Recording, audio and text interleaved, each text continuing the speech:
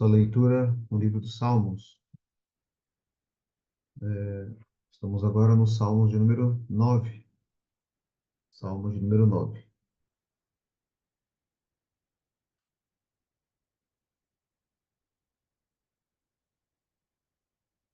Salmo de Davi para o músico mor, sobre Multilabem. Salmo de número 9. Diz assim a palavra do Senhor. Eu te louvarei, Senhor, com todo o meu coração. Contarei todas as tuas maravilhas. Em ti me alegrarei e saltearei de prazer. Cantarei louvores ao teu nome, ó Altíssimo, porquanto os meus inimigos voltaram atrás. Caíram e pereceram diante da tua face.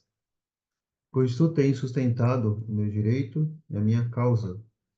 Tu te assentaste no tribunal, julgando justamente. Repreendestes as nações, destruístes os ímpios, apagaste o seu nome para sempre e eternamente. Ó inimigo, acabaram-se para sempre as assolações. E tu arrasaste as cidades, e a sua memória pereceu com ela. Mas o Senhor está assentado perpetuamente, já preparou o seu tribunal para julgar. Ele mesmo julgará o mundo com justiça, exercerá juízo sobre os povos com retidão. O Senhor será também um alto refúgio para o oprimido, um alto refúgio em tempos de angústia. Em ti confiarão os que conhecem o teu nome.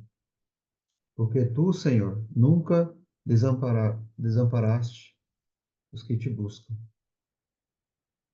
Cantai louvores ao Senhor que habita em Sião. Anunciai entre os povos os seus feitos. Pois quando inquire do derramamento de sangue, lembra-se deles. Não se esquece do clamor dos aflitos. Tem misericórdia de mim. Tem misericórdia de mim, Senhor. Olha para a minha aflição, causada por aqueles que me odeiam. Tu que me levantas das portas da morte. Para que eu conte todos os teus louvores nas postas dos filhos de Sião e me alegre na tua salvação. Os gentios enterraram-se na cova que fizeram. Na rede que ocultaram ficou preso o seu pé. O Senhor é conhecido pelo juízo que fez. Enlaçado foi o ímpio nas obras das suas mãos. Os ímpios serão lançados no inferno, e todas as nações que se esquecem de Deus. Porque o necessitado não será esquecido para sempre, nem a expectação dos pobres perecerá perpetuamente. Levanta-te, Senhor, não prevaleça o homem, sejam julgados os gentios diante da tua face. Põe-os em medo, Senhor, para que saibam as nações que são formadas por meros homens. Amém. Então, esse foi o Salmo de número 9. O salmista, ele fala e muitas vezes do juízo de Deus, como Deus está assentado para julgar. Versículo 7. O Senhor está assentado perpetuamente, já preparou o seu tribunal para julgar. Ele irá julgar. Ele apontou um homem pelo qual julgará o mundo, Cristo Jesus, o nosso Senhor. Ele mesmo julgará o mundo com justiça e exercerá juízo sobre os povos com retidão. Com justiça e com retidão, ele julgará os povos. Ele julgará os ímpios. Ele julgará todos. E um versículo aqui muito importante, né? Muito forte, é o versículo 17. Os ímpios serão lançados no inferno, todas as nações que se esquecem de Deus. Haverá um dia onde Deus executará o seu juízo. O Senhor é conhecido pelo juízo que fez, diz o salmista. Então, ele vai julgar, ele vai ser glorificado nesse julgamento, nesse juízo. E como pessoas podem escapar desse juízo, né? Você veja o versículo 9. O Senhor será também um alto refúgio para o oprimido, um alto refúgio em tempos de angústia. Em ti confiarão os que conhecem o seu nome, porque tu, Senhor, nunca desamparaste os que buscam. Os que te buscam, aqueles que conhecem o nome do Senhor, esses serão, não, nunca serão desamparados. Isso me lembra lá no livro de Atos, né? Os apóstolos disseram o seguinte: em nenhum outro nome há salvação. e nenhum outro nome, não há nenhum outro nome debaixo do céu pelo qual importa que sejamos salvos. Ele se refere ao nome que é sobre todo nome, o nome de Cristo. Então, aqueles que conhecem esse Cristo, conhecem o seu nome, estes nunca serão desamparados, mas os ímpios serão lançados no inferno. Vai ser algo terrível, terrível juízo de Deus. Vai ser um grande dia, o grande dia do juízo. Vai ser um grande dia aquele dia, o dia da volta de Cristo. Um grande dia de terror, juízo para muitos, mas de alegria, salvação para todo aquele que crê, porque estes nunca serão desamparados. Amém. O Salmo 9. Irmãos, nesse momento nós vamos falar um salmo, cantar um salmo. Salmo, quero compartilhar com os irmãos. Eu vou compartilhar aqui hoje na tela um áudio hoje. É um Salmo 19, 19b. Não sei se os irmãos conhecem essa versão. Salmo 19b. Esse está a capela. Não é Melodia de Genebra. Salmo 19b. Então, áudio. Deixa eu compartilhar aqui o áudio e a letra aí na tela para os irmãos aprenderem, caso não conheçam, né? Para aqueles que não conhecem.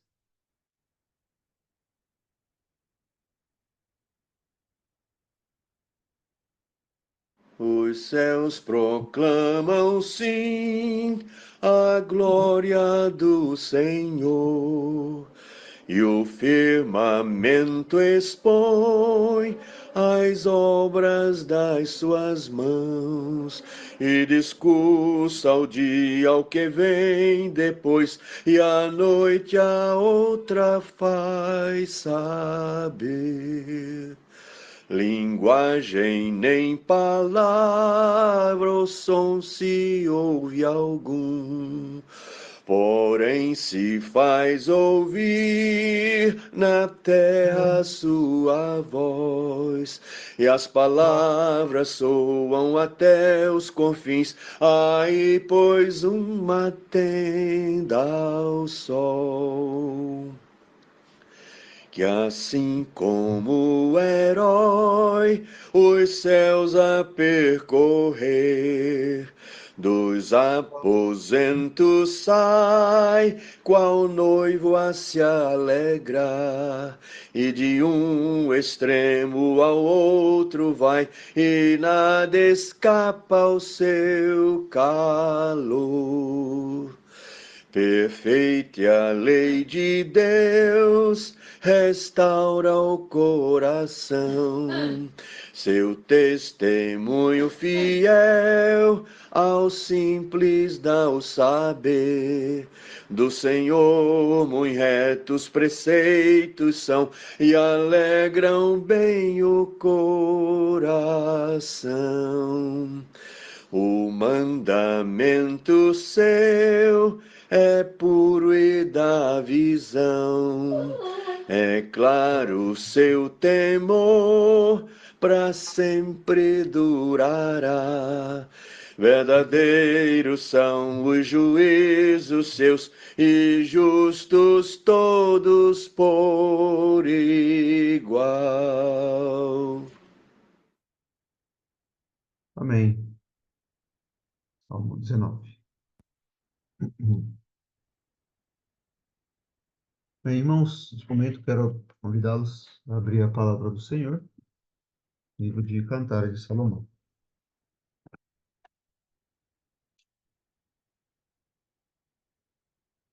Palavra de Salomão, capítulo 4.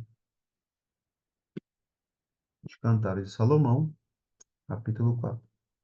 Irmãos, podem aguardar só um minuto, por favor? Preciso atender aqui meu filho. É só um segundinho, tá? Podem já abrindo aí, por favor. Cantares, capítulo 4.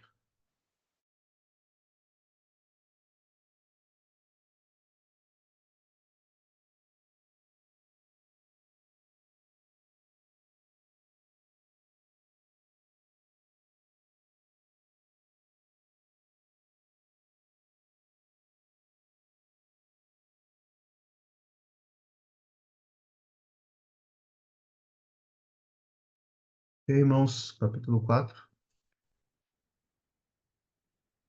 Cantar de Salomão, capítulo 4.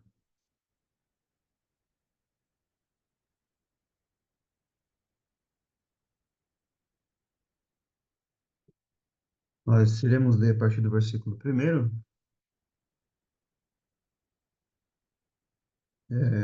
Semana passada nós consideramos o versículo 1º já.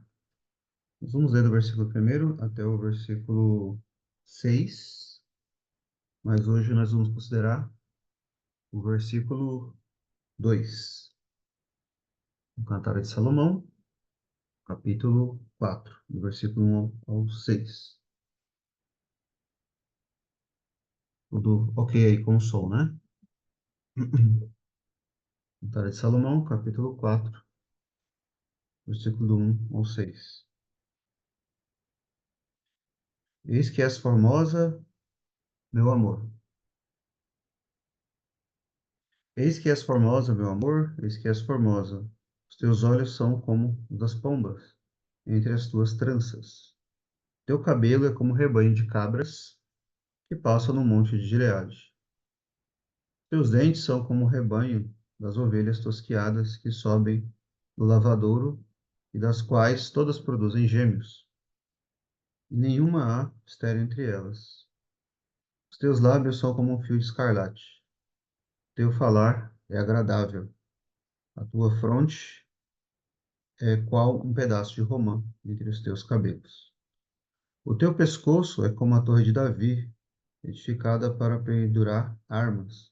1000 escudos pendem dela, todos broquéis de poderosos. Os teus dois seios são como dois filhos gêmeos da gazela, que se apacentam entre os lírios. Até que refresque o dia e fujam as sombras, irei ao monte da mirra e ao outeiro do incenso. Amém. Vou ler aqui com os irmãos o versículo 2. O versículo 2 diz assim a palavra do Senhor. Os teus dentes são como o rebanho das ovelhas tosquiadas, que sobem do lavadouro, das quais todas produzem gêmeos, e nenhuma há estéril entre elas. Amém. Os irmãos, então, nós começamos na semana passada esse capítulo 4, de Cantares de Salomão. Nós finalizamos o capítulo 3 e começamos o 4 na semana passada. O que nós falamos é que esse trecho, esse parágrafo, essa perícope, aqui desse capítulo, do versículo 1 ao 6, ele está falando sobre a beleza da amada, o amado descrevendo, falando da beleza da sua amada. Então, como nós temos estudado e entendido o livro, Cristo e a sua igreja. Então, o livro é uma alegoria sobre Cristo e a igreja, como se fosse uma grande parábola. Cristo e a igreja, também Cristo e o cristão, tanto coletivamente quanto individualmente, como já dissemos várias vezes. E nesse trecho, então, nesse parágrafo, ele está descrevendo a beleza da sua amada, a beleza física dela, do versículo 1 ao 6. E ele destaca 7 coisas aqui nesse trecho. Na semana passada, vimos duas, no versículo 1. Primeiro, falamos da formosura, eis que é formosa, meu amor, eis que és formosa. E falamos de duas coisas importantes aqui, relacionadas à beleza espiritual da igreja. Os teus olhos são como das pombas entre as tuas tranças. Então, a primeira coisa foram os olhos. Então, os olhos realçam a beleza feminina também. E os olhos aqui, vimos que é algo espiritual, que Cristo tem prazer nos olhos do cristão, que agora enxergam o Evangelho. Antes ele não entendia, ele não compreendia, e agora ele enxerga o Evangelho. Ele consegue enxergar a beleza do Evangelho, ele consegue enxergar a beleza de Cristo. São seus olhos espirituais, os olhos do entendimento, que lhe foram abertos. Então, falamos sobre isso, sobre a importância, né, dos olhos. Falamos sobre o cabelo também, né? Cabelo, falamos lá sobre 1 Coríntios capítulo 11, que o cabelo é honroso para a mulher. O cabelo é a glória da mulher. Lá em 1 Coríntios, capítulo 11, o apóstolo Paulo fala que o homem é a glória e a imagem de Deus, né? Cristo é o cabeça de todo homem, Deus o Pai é o cabeça de Cristo, e o homem é o cabeça da mulher. E o apóstolo Paulo fala que o homem é a glória de Deus e a glória da mulher é o cabelo. E nós citamos o caso da mulher lá em Lucas, no Evangelho de Lucas, capítulo 7. Ela beija os pés de Cristo e enxuga os seus pés com os seus cabelos, ou seja, ela coloca aos pés de Cristo, ela deposita aos pés de Cristo a sua glória. Até mesmo em nossos dias, né? Nós percebemos isso. Então, vimos aqui dois aspectos, os olhos e o cabelo. Tudo isso para falar da formosura da igreja. E também destacamos que em Cristo Jesus, a igreja ela é formosa, ela é bela, ela é bonita, e é assim que o amado aqui expressa, descreve a sua amada, e assim Cristo é o que ele pensa da sua igreja, mesmo em nossos dias. A igreja dele é a sua igreja, ela não será destruída, as portas do inferno não prevalecerão contra ela, e ela obterá da mão de Cristo, da parte de Deus, por meio de Cristo, todas as promessas de Deus. Então, esse livro é muito importante por causa disso, irmãos, porque muitas vezes acabamos ficando tristes demais, desanimados demais com a igreja, mas não perca a esperança, porque a igreja é amada por Ele. E você é também. Cada um de nós somos amados por Ele em Cristo Jesus. Então, essa é a beleza que nós começamos a falar, formosura, que começamos a falar na semana passada, sobre os olhos, sobre o cabelo. Então, hoje eu quero destacar, são 7 coisas importantes, falamos duas então, os olhos e o cabelo. Hoje eu quero destacar apenas mais uma das coisas que são descritas. Como também comentei na semana passada, essas características físicas apontam para a vida espiritual, na verdade, da igreja. Porque este livro é um livro, de fato, espiritual. Então veja o que diz aí o versículo 2, mais uma vez ainda. Os teus dentes são como o rebanho das ovelhas tosquiadas, que sobem do lavadouro, das quais todas produzem gêmeos, e nenhuma há estéril entre elas. Então aqui, esse versículo fala sobre que aspecto físico, né? Da beleza feminina, da amada aqui do seu amado. Fala sobre os dentes. Então, os dentes também, assim como os olhos e o cabelo, eles fazem parte da beleza exterior de alguém, né? Aqui no caso, nosso texto especialmente, a beleza feminina, mesmo em nossos dias, né? Então, uma pessoa, falando aqui especialmente da mulher, né? Que é o que o texto trata aqui, onde os dentes não são bonitos, não são belos, né? Isso é um problema, porque os dentes também realçam a beleza física de alguém. Dos homens também, mas especialmente ainda das mulheres, né? Então aqui, esses dentes são elogiados. Os teus dentes são como os rebanhos de ovelhas tosquiadas, que sobem no lavador. Então os dentes, eles são elogiados, assim como os olhos e também o cabelo. Mas o que que isso significa para nós espiritualmente, né? Os dentes elogiados, os dentes da igreja, os dentes do cristão, ou os dentes da igreja. Qual é a função dos dentes, né? Para que eles servem? Eles não apenas realçam a beleza, fisicamente falando, mas eles também têm uma outra função que todos nós sabemos. A sua função é a mastigação, que é tão importante para a nossa vida, física, para a nossa alimentação, por exemplo. Nós precisamos mastigar. Se você quer ter uma alimentação mais saudável, cada vez melhor, não tem como fazer isso sem mastigação. É óbvio, não é? Porque você não pode apenas, você nem consegue, né? Ou nem pode apenas engolir a comida, né? E há aqueles que tentam fazer isso por motivos, por comidas que sejam possível fazer isso, por motivos, não sei, talvez de pressa, né, e tal, querer fazer isso, você vai perceber que isso não é um hábito saudável. É necessário mastigar o alimento para que você possa absorver as proteínas de maneira mais eficaz daquele alimento que você está digerindo. É necessário, é importante. Então, os dentes são importantes para isso. Se você não mastigar, você não é, terá um bom proveito da sua alimentação. Mas o que isso tem a ver com a nossa vida espiritual?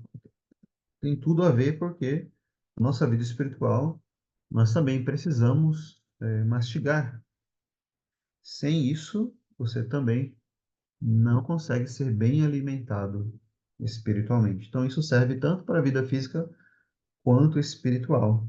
Então, os dentes, assim como os olhos, tem os olhos do entendimento, algo espiritual, o cabelo tem uma significância, um significado espiritual, também os dentes têm. Os dentes, eles têm uma função muito importante, que é a mastigação. E o que isso tem a ver com a sua vida, com a nossa vida com Deus, a vida espiritual? Tem a ver o seguinte, o cristão, ele precisa mastigar o alimento espiritual. Então, você recebe um alimento espiritual.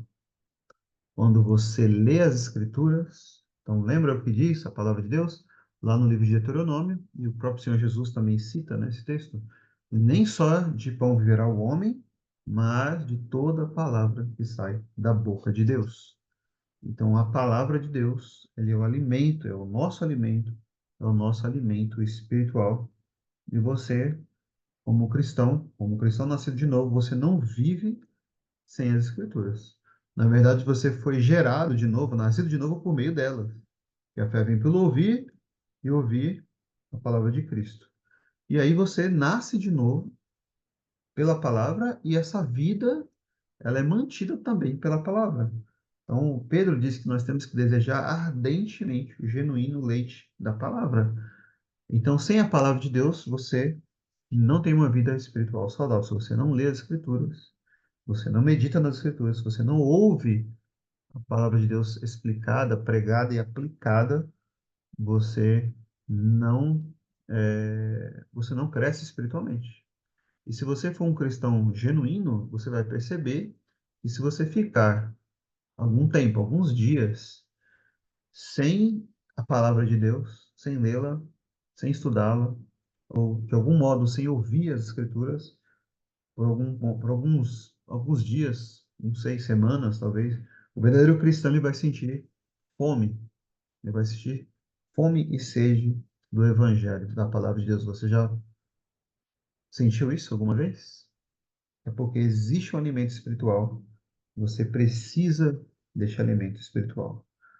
Porém, não basta você receber o alimento. Não basta apenas você ler a palavra, não basta apenas ouvir a pregação da palavra. É necessário que você mastigue a palavra de Deus. E como isso é feito? O que é o mastigar da palavra de Deus? É só você pegar o exemplo, nas próprias escrituras tem, né? Exemplos dos animais que ruminavam. O Senhor Deus lá, em Levítico, ele separou os animais limpos e impuros. Uma das características é os animais puros, eles ruminavam, e os animais impuros não ruminavam. Então, o que que é ruminar? Quando o animal, como um boi, por exemplo, né, uma vaca, ela come ali o capim, mato, né, ou a grama, né, que você preferir, e ela mastiga por bastante tempo, inclusive, né, ela, na verdade, digere, depois traz de novo para a boca para continuar mastigando e fica nesse processo. Isso é o que nós chamamos de ruminar, e é isso que o crente faz, ou deve fazer com a palavra de Deus, mastigá-la, ruminar nela. E existe uma palavra para isso, que nós vemos nas Escrituras, que nós chamamos de meditar na palavra de Deus. Você precisa meditar nas Escrituras, você precisa ruminar toda a palavra que você escuta, que você vê, você precisa examinar, você precisa ruminá-la, examiná-la, aplicá-la de novo e de novo e de novo, de novo, assim como o boi faz e outros animais fazem, os animais puros. O puritano Thomas Watson, se eu não me engano, ele disse que, assim como Deus separou os animais impuros e puros, assim separamos cristãos puros e impuros. Aqueles que não ruminam na palavra de Deus Então, apenas ali aquela pressa de ouvir, mas não ruminam, num certo sentido, podem ser considerados impuros. Ele quis dizer fracos na fé, mais nesse sentido, né? Não necessariamente falsos cristãos, mas aquele que rumina na palavra de Deus, aquele que medita, este, sim, é considerado um cristão piedoso, cristão está crescendo de fato na fé. É necessário fazer isso. Então não basta você ouvir as Escrituras, não basta você ler as Escrituras apenas, é necessário usar os seus dentes espirituais, é necessário meditar na palavra de Deus. Por que que você deve fazer isso? Tem muitos motivos, né? Um motivo importante é que essa é uma prática do povo de Deus de Gênesis, desde o livro de Gênesis. É muito interessante hoje, né, que há autores de certos livros em nossos dias, esses livros que falam sobre desenvolvimento pessoal. Você vê que empresas dão cursos hoje sobre isso, né, para a pessoa se desenvolver profissionalmente, como lidar com dinheiro, e etc. Nesses cursos, nesses livros, não sei se você sabe disso, eles comentam que a meditação é algo muito importante para o sucesso profissional. Interessante isso, não é? E eles trabalham isso, essa prática. Claro que a prática deles, na maioria das vezes, não é uma prática bíblica, porque muitas religiões diferentes praticam isso, como o budismo, por exemplo, o shintoísmo, hinduísmo. Eles praticam um tipo de meditação, e esse tipo de meditação transcendental ficou muito famoso no mundo ocidental, na década de 60, 70, especialmente por influência de um grupo musical chamado os Beatles, né? Eles trouxeram, porque eles tinham um mestre lá hinduísta que fazia isso. Eles trouxeram isso para o Ocidente. Isso pegou. E aí, por causa disso, talvez por causa disso, alguns cristãos, muitos cristãos, começaram a achar que isso é coisa de ímpio, de pagãos, etc. E não é. E é verdade a questão do fato, o fato que essas pessoas falam que a meditação faz com que eles tenham sucesso. Porque é isso que o próprio Deus diz nas Escrituras. Então, esse é um conhecimento geral, que o mundo tem, o ímpio, inclusive, tem, mas a palavra de Deus já fala sobre isso, já falava sempre. O primeiro registro que você vê sobre isso é com Isaac. Isaac saiu para meditar no campo quando ele foi quando naquele dia que ele se encontrou com a Rebeca. A Rebeca estava vindo, né? Você lê o texto lá.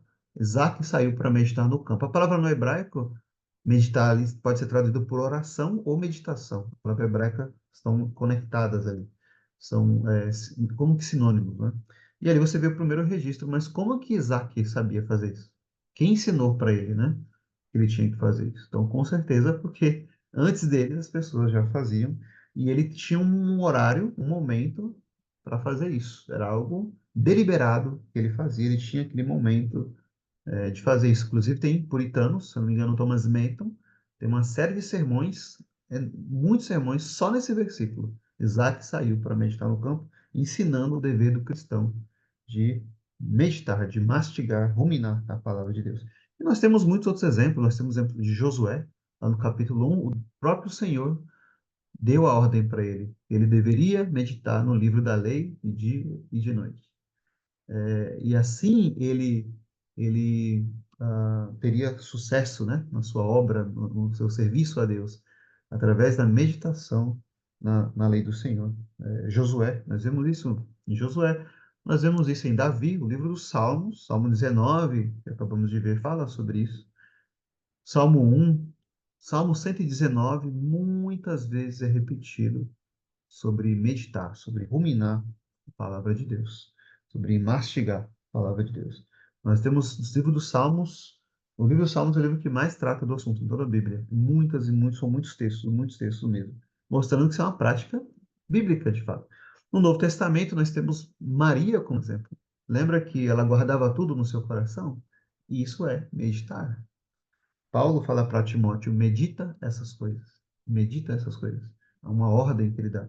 Então você conclui que essa é uma prática ah, lá do Velho Testamento, do Novo Testamento, uma prática do povo de Deus, desde então dos primórdios, desde lá de Gênesis. É uma prática comum. Então não é algo criado e inventado pelos ímpios, ou pelo hinduísmo, budismo, shintoísmo. Não, é uma prática bíblica, ordenada por Deus. E é interessante notar que isso era uma prática ordenada por Deus, porque na época do Velho Testamento, na época do Novo Testamento, as pessoas não tinham as escrituras em casa, as pessoas não tinham a cópia das escrituras, as pessoas não tinham. Ficava apenas lá no templo. O rei, né, em Deuteronômio, tinha que ter uma cópia, que os escribas iriam fazer. E você tem no Novo Testamento a sinagoga. Então, se você vivesse naquela época, se você quisesse ouvir a palavra de Deus, você tem que ir lá no culto, né? Você tem que ir lá naquele momento de adoração e ouvir uma longa leitura da lei. As pessoas faziam isso, porque em casa não tinha, porque a prensa só foi inventada no final do século XV para o século XVI ali. Gutenberg não tinha, então, cópias das escrituras para todo mundo, como nós temos hoje. Então, por isso que você não vai encontrar nas Escrituras, no Velho Testamento, Deus ordenando todo o povo ler as Escrituras. Porque não tinha como todo o povo ler em casa, né? Mas eles tinham que estar atento à leitura pública das Escrituras. E qual era a ordem, então, o mandamento de Deus? Repeti-las, lá Deuteronômio 6, lá em casa, com as crianças, e meditar nela, dia e de noite. Então, tentar memorizar o máximo possível, para depois ruminar, meditar nas Escrituras. Esse era o dever, a ordem foi a ordem que Deus deu. No Novo Testamento, a mesma coisa, também não tinha cópias para as pessoas. É verdade que Paulo fala para Timóteo para ele ler as Escrituras, ali, eu creio que ele se refere à leitura pública das Escrituras, examinar as Escrituras. O Senhor Jesus fala para os fariseus, aqueles que tinham acesso, né, a ler as Escrituras, mas o povo todo tinha que meditar na palavra de Deus. Hoje nós temos, né, as Escrituras, muitos não leem. Tá? Quantas pessoas têm Bíblia em casa? Jamais lê, até mesmo crentes, dizem crentes, né? Membros de igreja, não leem as Escrituras. E aqueles que leem não meditam nas Escrituras. Então você não tira proveito de fato real espiritual. Você não está mastigando, usando os dentes, né, espirituais para refletir, para meditar, para ruminar na palavra de Deus. Então isso é uma prática bíblica.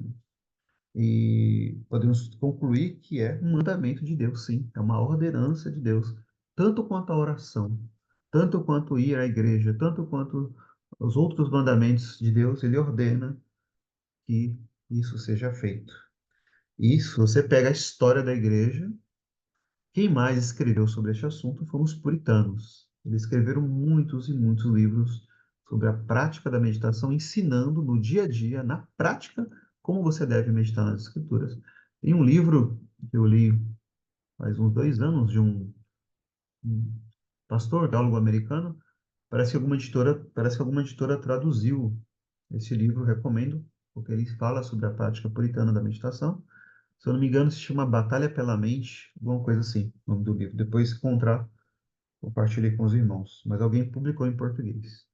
É um livro interessantíssimo, que é uma pesquisa sobre os puritanos, como eles ensinavam a igreja, o povo de Deus, a meditar, a ruminar a palavra de Deus, a mastigar. Cheguei a ler um livro praticamente inteiro, Edmund Calamy, puritano, presbiteriano em inglês, A Divina Arte da Meditação, o termo em inglês, um livro muito grande, né?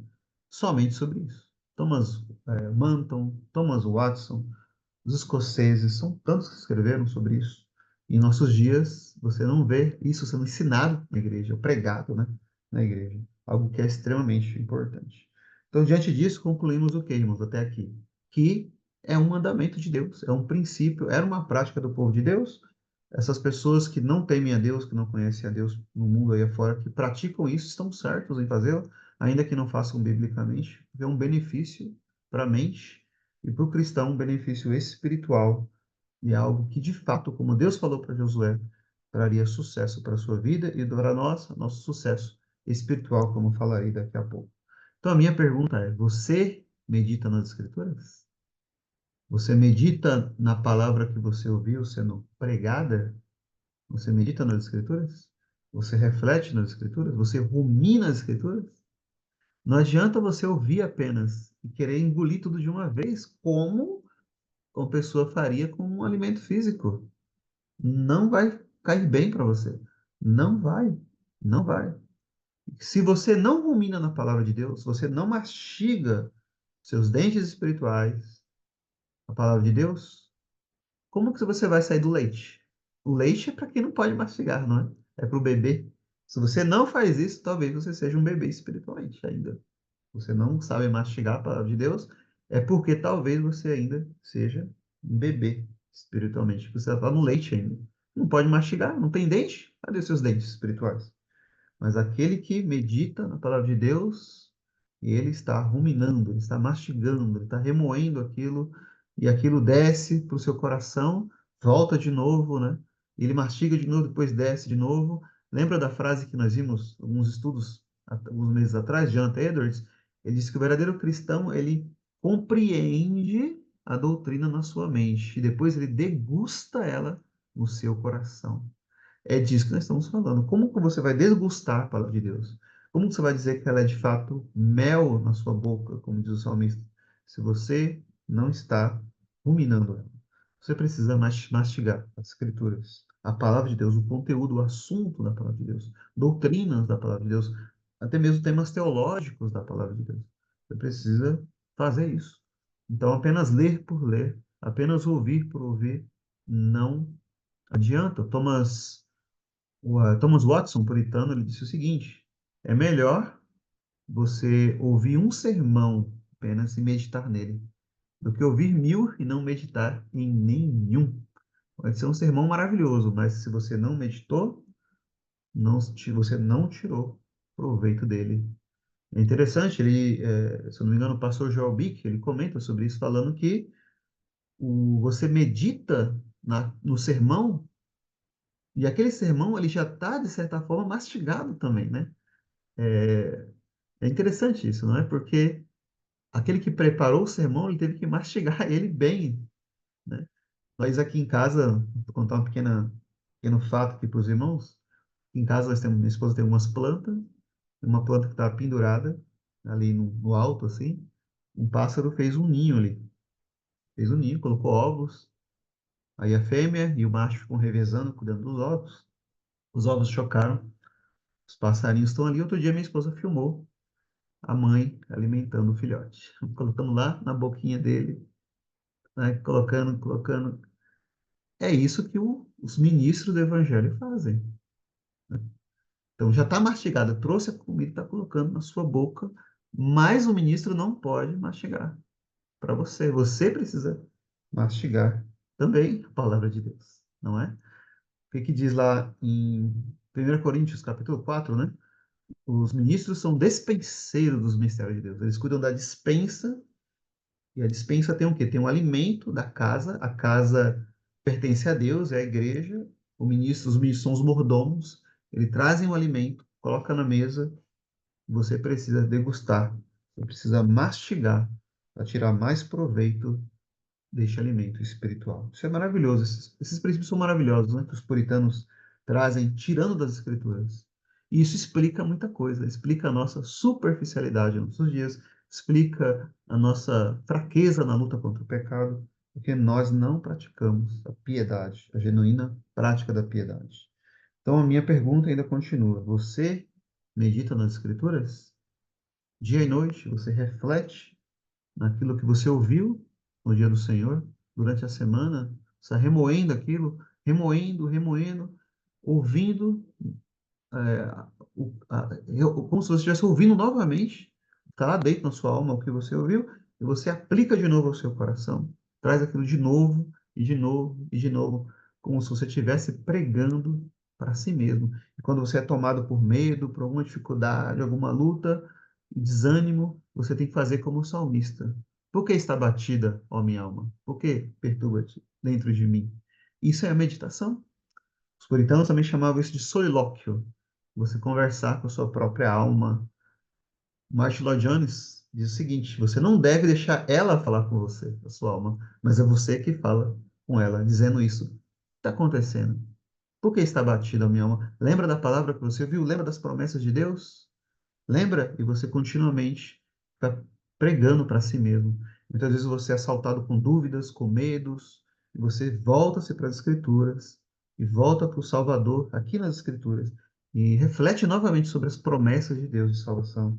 E você crer novamente, e você é renovado, renovado e assim por diante. Isso é, irmãos, a prática da meditação. Você tem feito isso? Deus ordenou isso nas Escrituras e os dentes espirituais do cristão devem ser utilizados nesse sentido.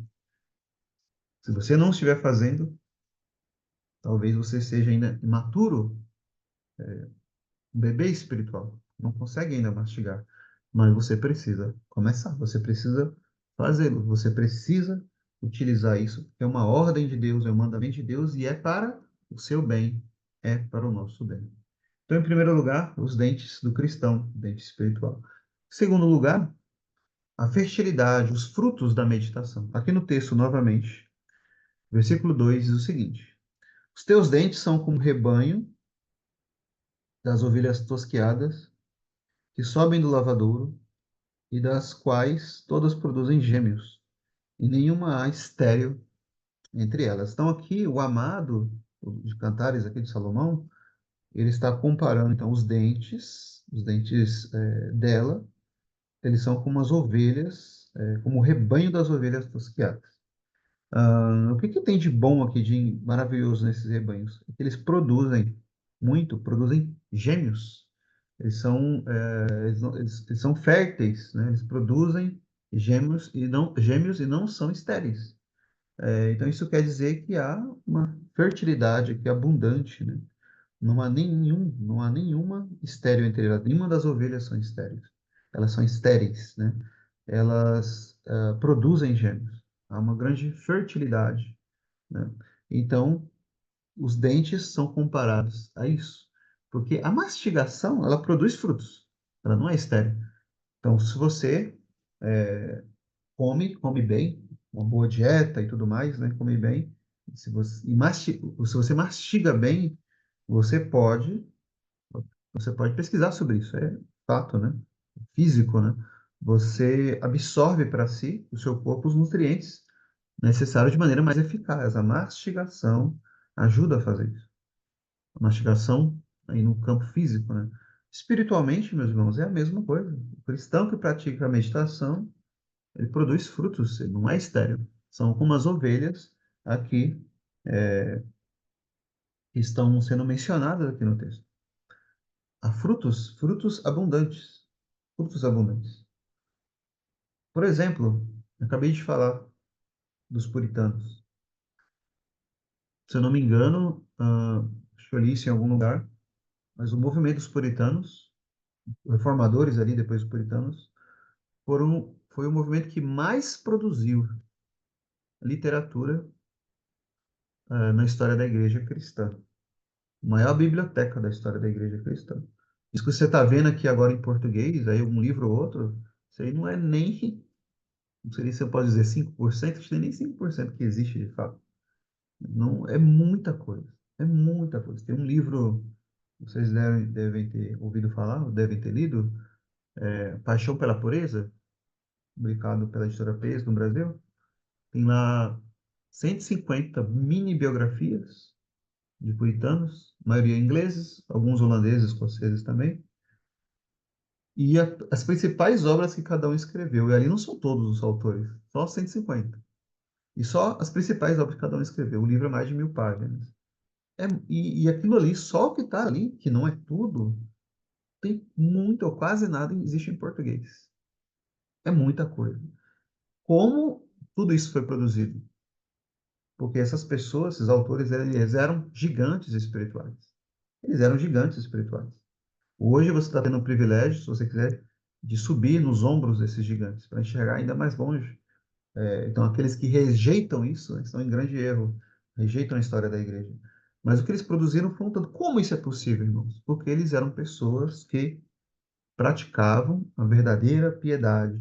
Eles tinham a prática da meditação em suas vidas. Só você ler, quem já teve a experiência de ler vários livros vai entender isso. Eles meditavam, meditavam sobre a natureza, em conexão com as verdades espirituais, como o Senhor Jesus fez muitas vezes, né? Olhar os lírios do campo, por exemplo, o pão da vida, pegando coisas do dia a dia, as coisas naturais, e trazendo para o mundo espiritual, como Salomão fez em Provérbios, como Davi fez nos Salmos e assim por diante. Esses autores fizeram isso. Eles meditavam profundamente na palavra de Deus, profundamente nas Escrituras. Eles ensinavam, inclusive, em seus livros, práticas de como fazer isso na prática. Eles davam até o passo a passo, de fato, né? Para a igreja, como fazer isso. Eles falavam, por exemplo, de uma meditação mais ocasional, de que você está andando em algum lugar, ou no trabalho, ou em casa, e você vê algo ali que chama a sua atenção, qualquer coisa, e como aquilo se reflete no mundo espiritual. Como, por exemplo, você olhou e viu a porta, e você para meditar. Cristo disse, eu sou a porta. Você para meditar e refletir o que significa. Coisas assim, do dia a dia. Davi fez isso quando ele olhou para o céu e viu, Salmo 8, que lemos semana passada, ele viu o sol, a lua e as estrelas, ele disse, Senhor, quão grande é o teu nome em toda a terra. Salomão olhou para a formiga e ele disse, vai ter com a formiga, preguiçoso? Então, ele trazendo sempre, né, para as realidades espirituais, aquilo que vemos no mundo, as coisas que são vemos. Isso é um tipo de meditação que os puritanos ensinavam, chamado ocasional. Mas havia um outro tipo, como aquele que eu mencionei de Isaac, mais deliberado. Eu tenho um momento do dia, eu vou parar para, de fato, meditar. Veja bem, não estamos falando da oração, né? Apesar de que as duas podem, elas caminham juntas, né? Mas eles tinham um momento para oração e tinham para meditação, porque a meditação ela alimenta a oração, na verdade. Isso explica porque oramos também muito pouco, porque não meditamos. Mas, voltando aqui para o nosso texto, fruto. Os dentes, então, seus dentes são como as ovelhas, são férteis, produzem gêmeos, produzem frutos. Então, mastigar produz frutos, produz benefícios muito grandes para nós, muitos benefícios, benefícios espirituais. Então você precisa meditar na palavra de Deus. Deus ordenou. Você absorve nutrientes quando você mastiga bem o alimento. E espiritualmente você absorve realidades espirituais para a sua vida. Você precisa meditar nas Escrituras. Então, por exemplo, meditar nas Escrituras te ajuda a crescer espiritualmente. Então, assim como o alimento físico faz as crianças crescerem, vitaminas e tudo mais, espiritualmente, você cresce espiritualmente quando você medita na palavra de Deus. Irmãos, isso deveria ser ensinado, né, em todas as igrejas. Seminários teológicos não ensinam isso para os jovens que vão ser pastores, pregadores. Se ele não sabe meditar, como que ele vai produzir sermões para colocar na boquinha lá, né, das ovelhas da igreja? Como? Ele precisa meditar nas Escrituras. Ele precisa crescer espiritualmente. E você cresce através da meditação das Escrituras. Se você meditar nas Escrituras, um outro benefício é vencer o pecado. Vencer o pecado. Muitas pessoas têm dúvidas, como eu não consigo vencer o pecado, eu não consigo. O livro que eu comentei agora há pouco, Batalha pela Mente, se eu não me engano, o título principal do livro, tem a ver com isso. A meditação é uma batalha pela mente, porque a luta contra o pecado é uma luta pela mente. Você sabia disso? Tudo está na sua mente. É onde o Satanás ele ataca. Lá em Efésios 6, aquelas setas inflamadas de Efésios 6 são as setas na sua mente. Sugestões, mentiras, que você escuta, que você escuta por aí, tá de boca de pessoas ou não, muitas vezes, são os ataques do diabo. E sua mente precisa estar como? Precisa estar arraigada na palavra de Deus. Sua mente precisa estar cativa na palavra de Deus. E se você não tiver com sua mente cheia das escrituras, da palavra de Deus, ela vai estar cheia do quê? Vai estar cheia de outras coisas. Vai estar cheia de outras coisas. Aquele ditado me parece que é verdadeiro, né? Que a mente vazia é a oficina do diabo.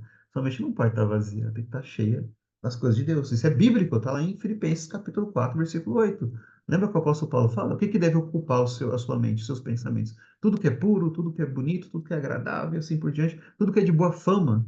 Seja isso que ocupe o vosso pensamento. Isso é meditar.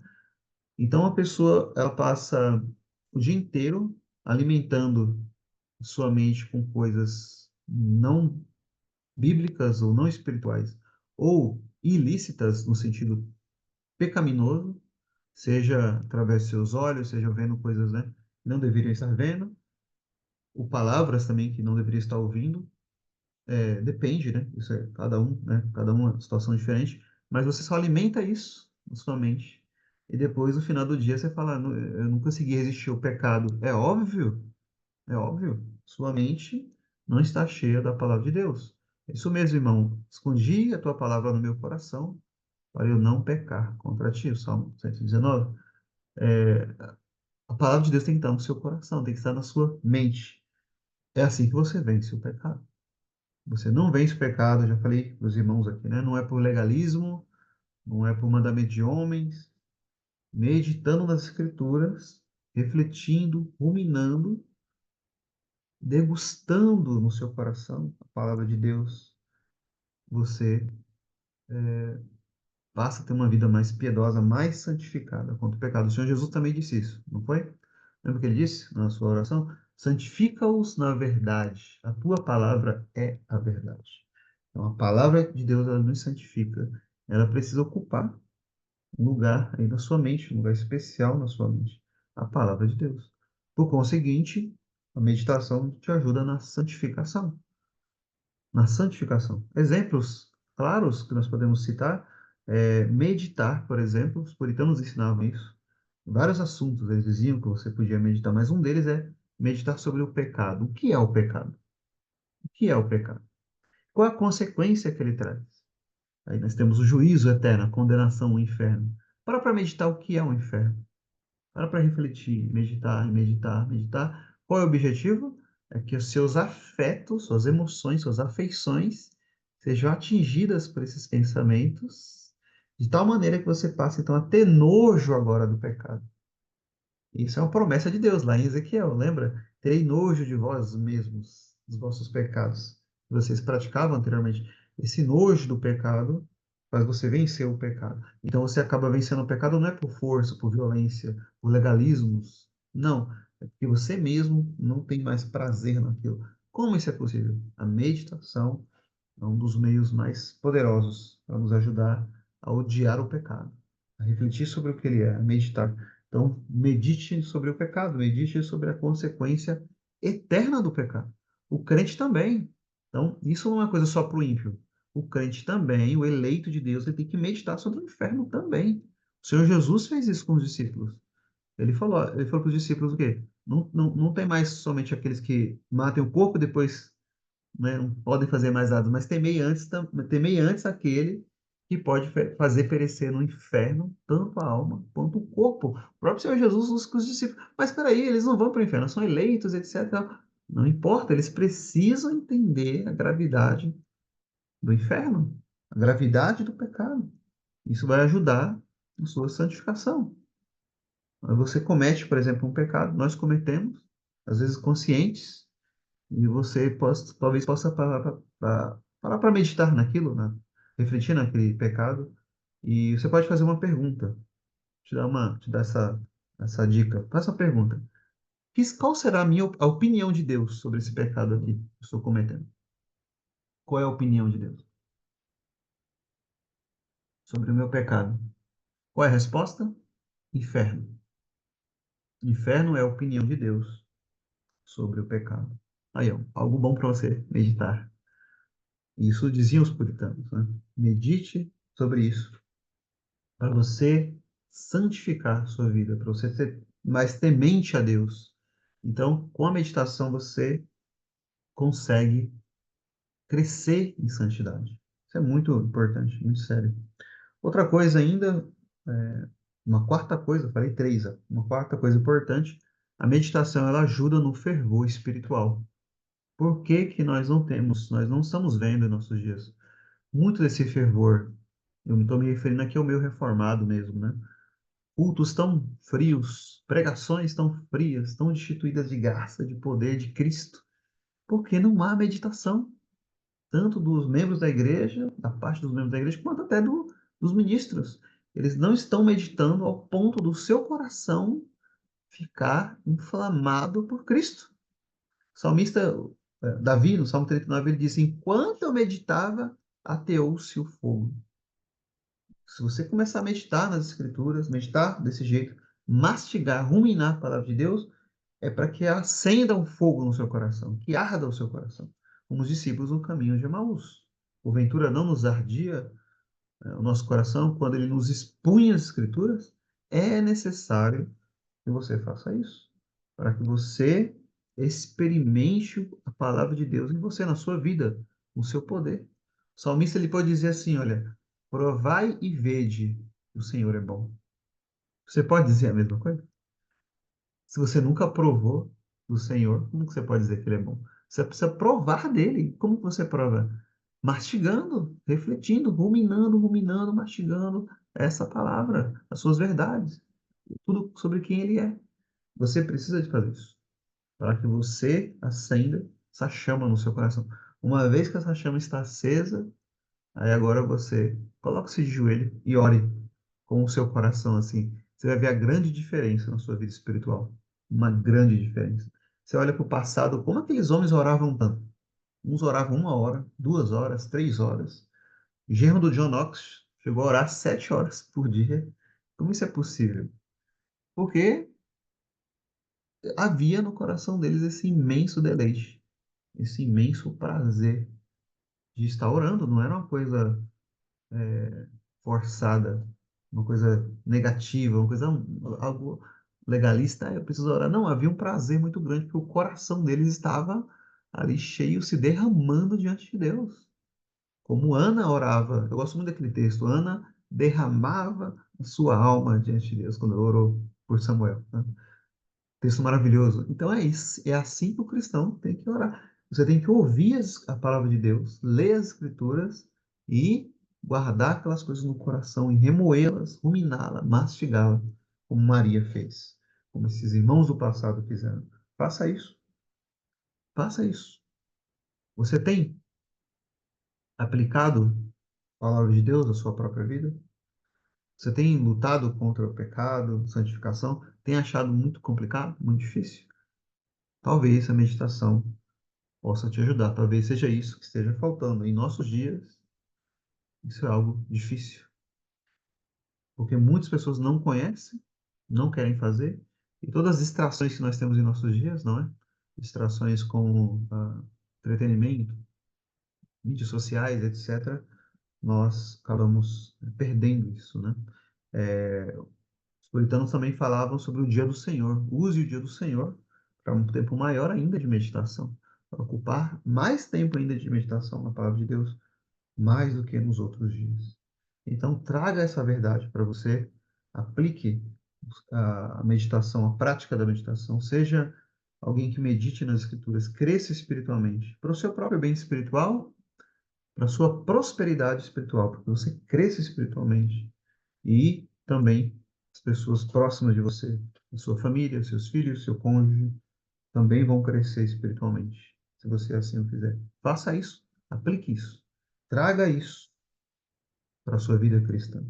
E por último, irmãos, o maior benefício de todos da meditação é que através dela, da meditação, desse mastigar, desse ruminar, e nós iremos frutificar, especialmente em Cristo Jesus, estando em Cristo. O que que ele diz? O que que o Senhor Jesus diz? Lá em João capítulo 6, vou ler aqui para os irmãos, texto bem conhecido, João capítulo 6. O Senhor Jesus disse o seguinte, capítulo 6, versículo 50. Eu vou ler a partir do 50. Este é o pão que desceu do céu, para o que dele comer não morra. Eu sou o pão vivo que desceu do céu. Se alguém comer deste pão, viverá para sempre. E o pão que eu der é a minha carne que eu darei pela vida do mundo. Disputavam, pois, os judeus entre si, dizendo: Como nos pode dar este a sua carne a comer?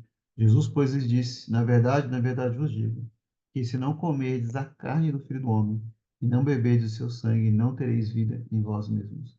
Quem come a minha carne e bebe o meu sangue tem a vida eterna, e eu o ressuscitarei no último dia. Porque a minha carne verdadeiramente é comida, e meu sangue verdadeiramente é bebida. Quem come a minha carne e bebe o meu sangue, permanece em mim, e eu nele. Assim como o Pai que vive me enviou, e eu vivo pelo Pai, assim quem de mim se alimenta também viverá por mim. Este é o pão que desceu do céu, não como o de vossos pais, que comeram maná e morreram. Quem comer este pão viverá para sempre. Irmãos, veja o que o Senhor Jesus disse. Assim como o Pai que vive me enviou e eu vivo pelo Pai, quem de mim se alimenta também viverá por mim. Quem de mim se alimenta, esse por mim viverá. Você precisa se alimentar de Cristo. Ele é o pão da vida que desceu do céu. Você precisa se alimentar dele e você precisa ter prazer neste alimento espiritual, que é ele mesmo. E você precisa mastigar este pão, mastigar de novo e de novo e de novo e de novo, ruminando, ruminando, e você absorve dele, todos esses benefícios espirituais. Você está nele, ele em você. Como eu já disse várias vezes, a Escritura usa muito dessas coisas, né?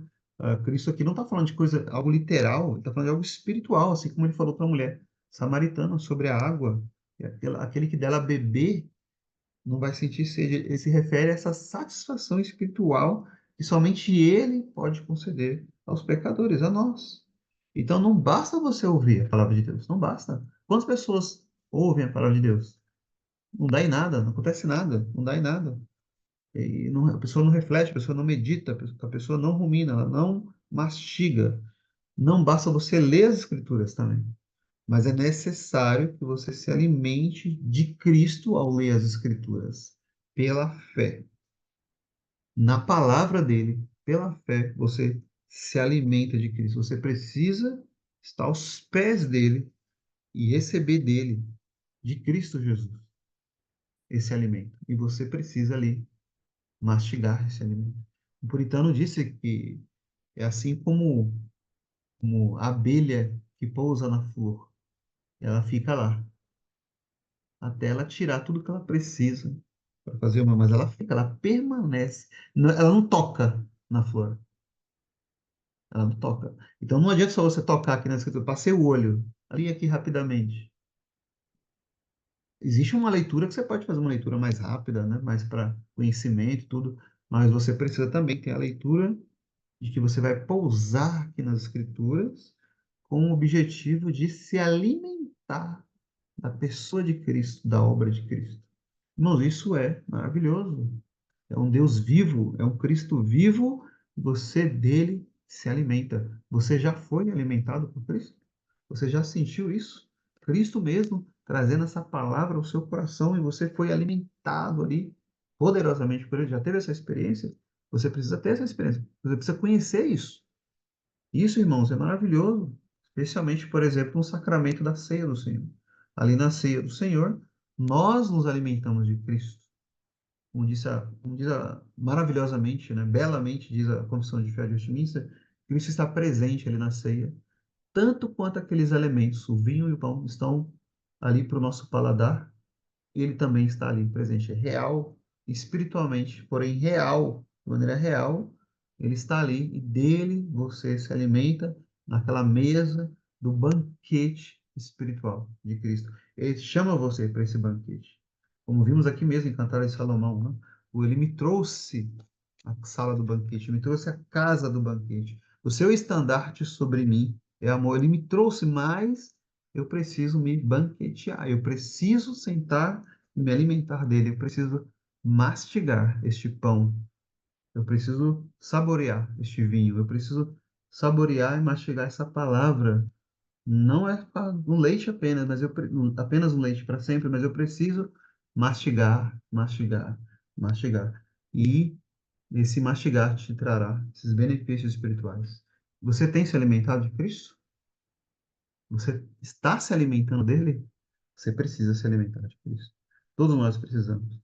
Ó, que ele possa olhar para nós, olhar para a igreja e dizer: os teus dentes são como um rebanho. Os seus dentes são maravilhosos, são belos, são bonitos, porque eles produzem gêmeos, produzem frutos, eles produzem. Não há nenhum estéril entre eles, porque você faz proveito das minhas ordenanças. Cristo deseja que nós nos alimentemos dele, porque ele é o pão da vida que desceu do céu. é Ele que alimenta a nossa alma. Nós ouvimos a palavra, mas precisamos meditar nela. Nós lemos a palavra, mas precisamos ruminar nela. Que você possa fazer isso. Que nós possamos ter essa prática em nossas vidas. Meditar nas Escrituras. Meditar na palavra de Deus. Amém. Irmãos, que Deus então nos abençoe. Que Deus nos ajude. Nós possamos assim crescer espiritualmente através dessa prática. Esse mandamento do Senhor. Nós vamos fazer uma oração para nós encerrarmos. Eu pedir o irmão William, faça uma oração, se for possível. E o irmão Anderson também, se possível, para nós encerrarmos.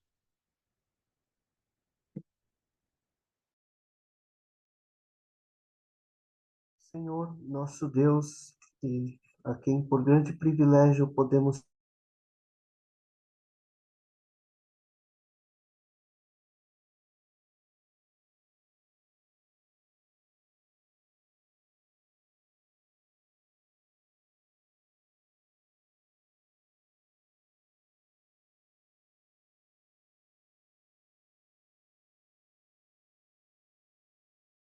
voltar. Senhor, nosso Deus e nosso Pai, a quem por grande privilégio podemos chamar de Pai, queremos te agradecer, ó Senhor, por mais um dia de vida, por este privilégio, por esta oportunidade que tu nos concede, ó Pai, de estarmos reunidos aqui, ó Pai, teu povo, para te agradecer, Senhor Deus, para meditar na tua palavra, Senhor Deus. Queremos te agradecer pelo teu dia, ó Pai, pelo teu carinho, pelo teu cuidado, pelo teu amor em nossas vidas, Senhor Deus, porque o Senhor, quem provê as nossas necessidades, tu quem cuida de nós, ó Pai. Queremos te agradecer, ó Pai, pela liberdade que o Senhor nos dá, não somente enquanto cidadãos, ó Pai, mas a liberdade que tu mesmo nos concede de termos acesso a ti através do teu Filho. Te agradecemos por esta palavra que foi fielmente ministrada pelo teu servo, Senhor. Que o Senhor o abençoe o irmão Joel, Senhor, sua família, sua esposa, seus filhos. Continua dando saúde, ó Pai. Abençoa esta semana que se inicia, Senhor Deus. E que possamos iniciar esta semana, ó Pai, meditando na tua palavra dia e noite, ó Senhor. Que nós não sejamos apenas ouvintes da tua palavra, mas praticantes, Senhor. Tem misericórdia de nós, Pai, porque muitas vezes nos esquecemos do teu evangelho diariamente. E por isso se faz necessário, Pai, meditar, Senhor Deus, diariamente na tua palavra. Tem piedade de nós, ó Pai, para que possamos compreender, Senhor Deus, a tua palavra fielmente e levá-la, Senhor Deus, ao nosso coração, para que sejamos tocados, ó Pai, interiormente, através da ação do teu Espírito Santo em nossas vidas, ó Senhor. Pedimos que o Senhor também perdoe os nossos pecados, quer por pensamentos, atos, palavras, ações e omissões. Perdoe, Senhor Deus, tudo aquilo que em nós, Senhor Deus, não te agrada, Pai, levando-nos ao arrependimento. Abençoa o teu povo, abençoa a tua igreja, Senhor Deus. Abençoa a tua igreja espalhada por todo o mundo, sobretudo aqueles que padecem de fome, de perseguição, de guerra e até de sequestro, Pai. E queira nos abençoar aqui, Pai, este grupo. Abençoa cada um aqui que pôde participar, aqueles que não puderam também. Dá saúde, Senhor Deus, àqueles que se encontram enfermos, Senhor. Tem misericórdia de nós. Se conosco, nos ajude, Senhor Deus. Abençoa a tua igreja em especial no Brasil. Abençoe os governantes para que se convertam a Cristo, Senhor. Que o Senhor possa abençoar, Senhor Deus, a plantação de uma igreja, Senhor Deus, fiel à tua palavra, que te busque, Senhor, não somente em doutrina, mas com todo fervor. É o que nós te pedimos, juntamente com aquilo que também se faz necessário, porém, devido à fraqueza de mente, esquecemos, está em tuas mãos, Senhor Deus, não por nosso nome, mas em nome de Jesus. Amém.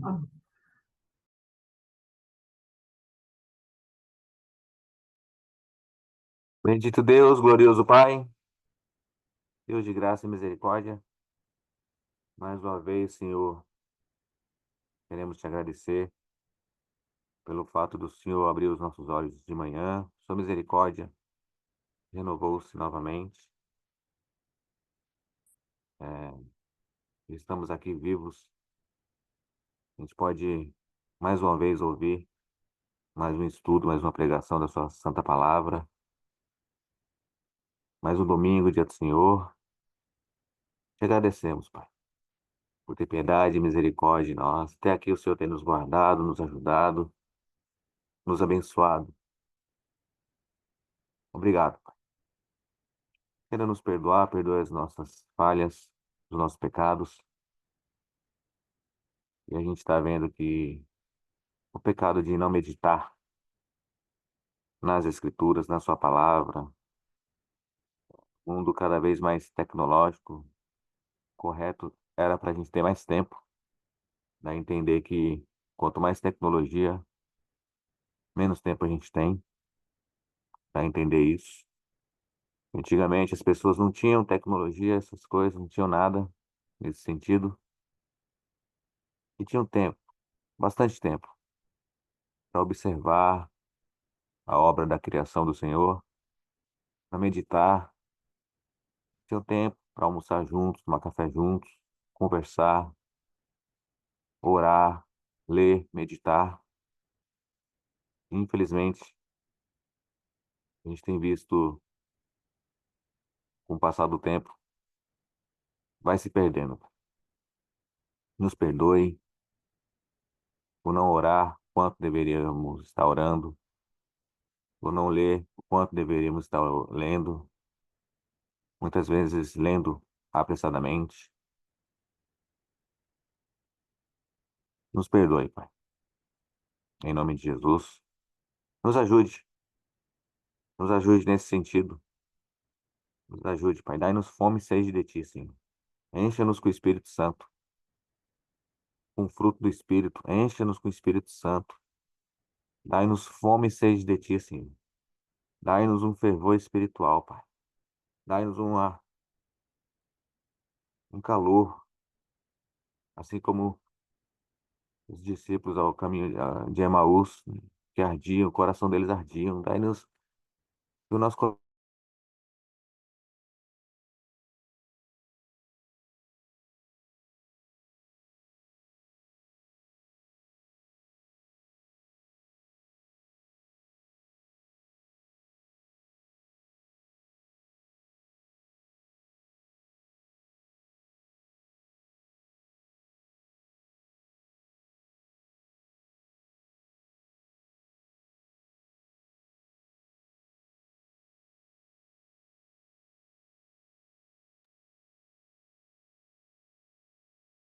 Eu acho que o irmão lá teve algum problema no áudio.